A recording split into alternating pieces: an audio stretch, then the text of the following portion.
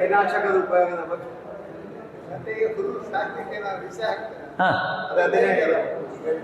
ಇಲ್ಲ ನೋಡಿ, ಈ ಕಳೆ ನಾಶಕ ಅಂತ ಕೇಳಿದರೆ ಎಲ್ಲ ಇದಕ್ಕೂ ಸಹ ಒಂದು ಹಾಫ್ ಲೈಫ್ ಅಂತಿದೆ. ನೀವು ನಿಮ್ಮ ಮೆಡಿಕಲ್ ಫೀಲ್ಡಲ್ಲಿ ಗೊತ್ತಿರ್ಬೋದು.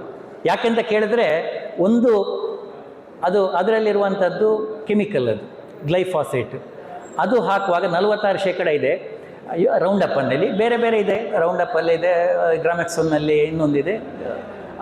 ಅದರಲ್ಲಿ ಬಂದ ತಕ್ಷಣ ಅದು 30 ದಿವಸದಲ್ಲಿ 1 ಗ್ರಾಮು ಒಂದು ಮರದ ಬುಡದಲ್ಲಿ, ಅಂದರೆ ಎಕರೆಗೆ ನೀವು 2 ಲೀಟ್ರು 1 ಲೀಟ್ರು ರೌಂಡಪ್ ಹಾಕಿದರೂ ಸಹ ಅದು ಘೋರ ವಿಷ ಆಗ್ತದೆ. ಅದರ ಅಡಿಯಲ್ಲಿರುವ ಮೈಕ್ರೋಬ್ಸು, ಎರೆಹುಳಗಳು ಎಂತೆಲ್ಲ ಉಂಟು ಅದು ಎಲ್ಲ ಸಾಯ್ತದೆ. ಇದು ಬರುವುದಿಲ್ಲ.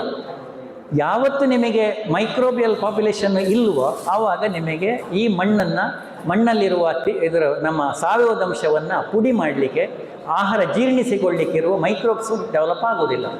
pH ಕಡಿಮೆ ಆಗ್ತದೆ. ಅದು ನೀರಿಂದಲ್ಲ, ಇದಕ್ಕಿಂತ ಟಾಕ್ಸಿಕ್. ಈ ಟಾಕ್ಸಿಸಿಟಿ ಜಾಸ್ತಿ ಇದ್ದ ಹಾಗೆ ನಿಮ್ಮದು ಮಣ್ಣಿನ ಕಾರ್ಯಕ್ಷಮತೆ ಕಡಿಮೆ ಆಗ್ತಾ ಹೋಗ್ತದೆ. ಸೊ 1 ಎಕರೆಗೆ 1 ವರ್ಷಕ್ಕೆ 1 ಲೀಟ್ರು ಹೊರಗಿನ, ಈಗ ಇದು ನಮಗೆ ಪ್ರಿಸ್ಕ್ರಿಪ್ಷನ್ ಇರುವಂಥದ್ದು 1 ವರ್ಷಕ್ಕೆ ಮ್ಯಾಕ್ಸಿಮಮ್ ಅಂತ ಹೇಳಿದ್ರೆ 1.5 ಲೀಟ್ರು ವರ್ಷಕ್ಕೆ ರೌಂಡಪ್ ಹೊಡೀರಿ, ಅದರಿಂದ ಜಾಸ್ತಿ ಹೊಡಿಬೇಡಿ ಅಂತ ಹೇಳಾಗ್ತಾರೆ. ಹೊಡಿಲೇಬೇಕಾದ್ರೆ, ಈಗ ನಾನು ಯಾವುದಕ್ಕೂ ವಿರೋಧಿ ಅಲ್ಲ, ಅಂದರೆ ಕೆಲವು ಸಲ ಅನಿವಾರ್ಯತೆ ಎಲ್ರಿಗೂ ಇರ್ತದೆ, ಅದು ತಗೊಳ್ಬೇಡಿ ಮೊದಲು ತಗೊಳ್ಬೇಡಿ, ಅಷ್ಟು ಟಾಕ್ಸಿಕ್ ಇದೆ. ಮತ್ತೆ ಅದು ಹ್ಯೂಮನ್ ಸಿಕ್ಕಾಪಟ್ಟೆ ಟಾಕ್ಸಿಕ್. ಅದರ ಬಗ್ಗೆ ಇನ್ನೊಂದು ಹೇಳ್ತೇನೆ, ಅದು ನಮ್ಮ ಇದರಲ್ಲಿ ಹೈತಲ್ಲಿ ಮ್ಯಾಗ್ನೀಷಿಯಂ ಅಲ್ಲ, ಮ್ಯಾಂಗನೀಸ್ ಇದೆ. ತೀರಾ ಕಡಿಮೆ ಪ್ರಮಾಣದಲ್ಲಿ ಆಹಾರದಲ್ಲಿ, ಉಪ್ಪಲ್ಲೂ ಅದಕ್ಕಿಂತಲೂ ಕಡಿಮೆ ಪ್ರಮಾಣದಲ್ಲಿ ಬೇಕಾಗುವಂಥ ಒಂದು ಅಂಶ.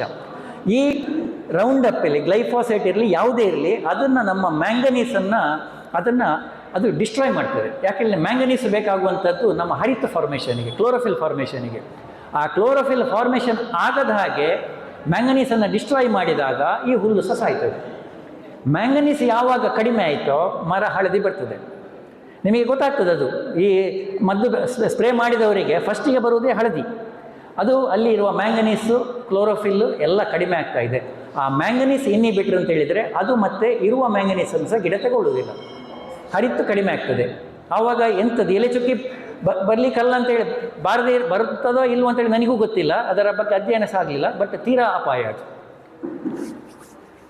ಹಾಗೆ ಸಾಧ್ಯ ಆದರೆ ಹುಲ್ಲಿನ ಮೆಷಿನ್ನಲ್ಲಿ ಕಟ್ ಮಾಡಿ. ಯಾಕೆಂತ ಕೇಳಿದ್ರೆ ಅದರಲ್ಲಿ ಬೇಕಾದಷ್ಟು ಸಾಕಷ್ಟು ಅಧ್ಯಯನ ಉಂಟು. ಒಂದು ಮರದ 1 ಎಕರೆಯಲ್ಲಿ 1 ಸರ ಹುಲ್ಲು ಕೊಟ್ಟರೆ ನಿಮಗೆ ಹುಲ್ಲನ್ನು ಕಟ್ ಮಾಡಿದರೆ ನಿಮಗೆ ಎಷ್ಟು ಪ್ರಮಾಣದಲ್ಲಿ ಆರ್ಗ್ಯಾನಿಕ್ ಮ್ಯಾಟರ್ ಬರ್ತದೆ, ಅದರಲ್ಲಿ ಎಷ್ಟು ಸೂಕ್ಷ್ಮಾಣುಜೀವಿಗಳ ಅಭಿವೃದ್ಧಿ ಆಗ್ತದೆ ಅಂತ ಬೇಕಾದಷ್ಟು ಉಂಟದು. ಸೊ ಬರೀ ಕಿಸೆಗೆ ಇವತ್ತಿನ ಲಾಭ ಮಾತ್ರ ನೋಡ್ಕೊಳ್ಬೇಡಿ. ಒಂದು ಮುಂದಿನ ವರ್ಷ ಅಥವಾ ಮುಂದಿನ 10 ವರ್ಷದ 20 ವರ್ಷದ ನಾವು ಗ್ರಹಿಸಿದರೆ, ಕೃಷಿ ಬೇಕಂತ ಕೇಳಿದರೆ ಬೇಕು ಅಂತೇಳಿ ಕಂಡವರು ಈ ಕಳೆನಾಶಕ ಮತ್ತು ಈವನ್ ನಮ್ಮ ಕಂಡಾವಟ್ಟನ ಎಲೆ ಚುಕ್ಕಿಯನ್ನು ಸಾಧ್ಯ ಆದಷ್ಟು ಕಡಿಮೆ ಮಾಡುವಂಥದ್ದು ತುಂಬ ಒಳ್ಳೆಯದು. ನಮಗೆ ಬೋರ್ವೆಲ್ ಆವಾಗ ನೆನಪಿತ್ತು, 70ನೇ ಇಸವಿಯಲ್ಲಿ ಬೋರ್ವೆಲ್ ಬೂನ್ ಅಂತೇಳಿ. ಈಗ ತಲೆನೋವಾಗ್ತಾ ಇದೆ, ಎಷ್ಟು ಬೋರ್ವೆಲ್ ಹೊಡಿಸೋದು ಅಂತೇಳಿ ಕೆಲವು ಪ್ರದೇಶದಲ್ಲಿ. ಹಾಗೆ ಇದಾದರೆ ಆಶ್ಚರ್ಯ ಇಲ್ಲ. ಯಾಕೆಂತ ಕೇಳಿದ್ರೆ ಕಳೆನಾಶಕ ಎಲ್ಲೆಲ್ಲ ಆರಂಭ ಮಾಡಿದ್ದಾರೆ ಅಲ್ಲೆಲ್ಲ ನಿಲ್ಲಿಸಿದ್ದಾರೆ. ಯಾರು ಇಲ್ಲಿ ಸಹ ಮಾಡಿದ್ದಾರೆ ಅಲ್ಲಿ ಸಹ ಅವರು ಸಹ ನಿಲ್ಲಿಸ್ತಾ ಇದ್ದಾರೆ, ಹೊಸಬ್ರು ತಗೊಳ್ತಾ ಇದ್ದಾರೆ. ಕಳೆನಾಶಕದ ಮಾರಾಟ ತುಂಬ ಕಡಿಮೆ ಆಗ್ತಾ ಉಂಟು. ನಿಮ್ಮ ಮಟ್ಟಿಗೆ ಸಪೋರ್ಟ್ ಈ ಕಳೆನಾಶಕ